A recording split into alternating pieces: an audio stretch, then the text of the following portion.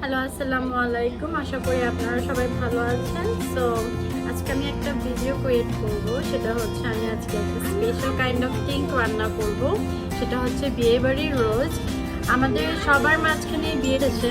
আমরা যে কোনো বিয়ে বাড়িতে গেলে বিয়েবাড়ির রোজটা ইজ কমন, অ্যান্ড আমরা বাসাও সেভাবে অ্যাকচুয়ালি ট্রাই করি করার জন্য বিয়েবাড়ির রোজটা।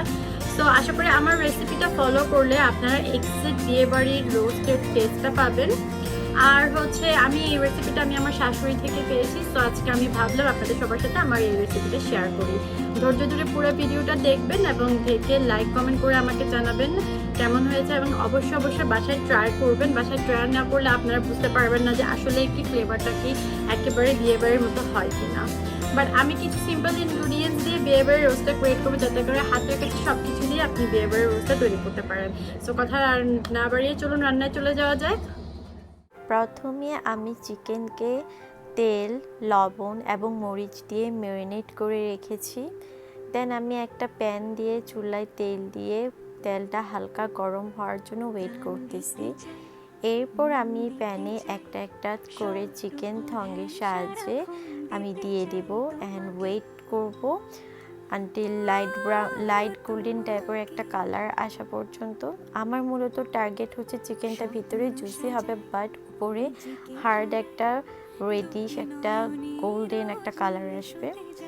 দেন আমি চিকেনটাকে আস্তে আস্তে একটা একটা করে ফ্লিপ করে দিতেছি।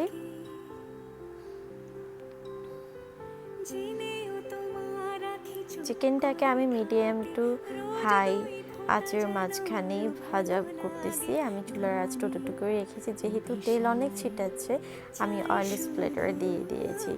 এবার মেন ইনগ্রিডিয়েন্টসের মধ্যে আমি ইউজ করেছি দারচিনি, এলাচ গুঁড়া, জায়ফল, জয়িত্রী গুঁড়া, কাবাব চিনি, লং, কাঁচামরিচ, তেজপাতা, গোলমরিচ এবং কালো এলাচ।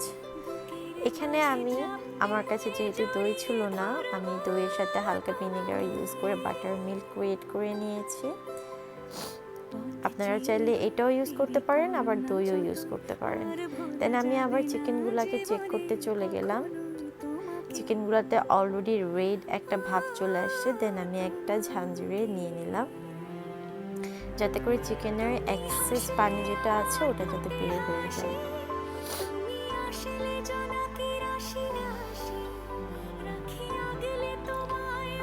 দেন আমি ওয়েস্ট চিকেনগুলোও দিয়ে দিলাম এবং ঢেকেও দিলাম।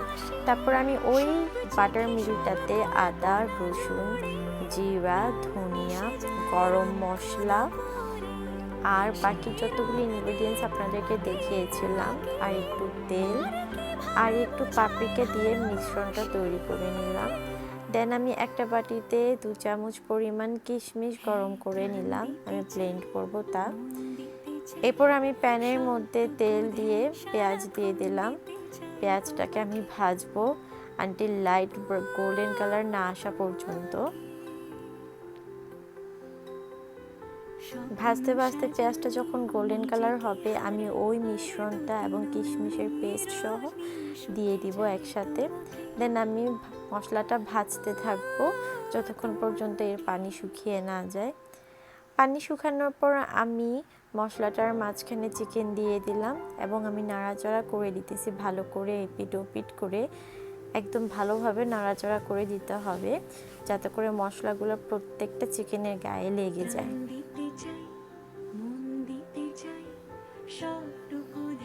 অলরেডি ভালো একটা ফ্রেগরেন্স বের হওয়া স্টার্ট করে দিয়েছে। দেন আমি কাঁচামরিচগুলোকে পুরো ফালি করি নাই, একটু সামনে থেকে মুখটা ভেঙে ফ্লেভারের জন্য দিয়ে দিলাম। যেহেতু এখানে গোলমরিচ আছে, অলরেডি ঝাল ছড়িয়ে যাবে।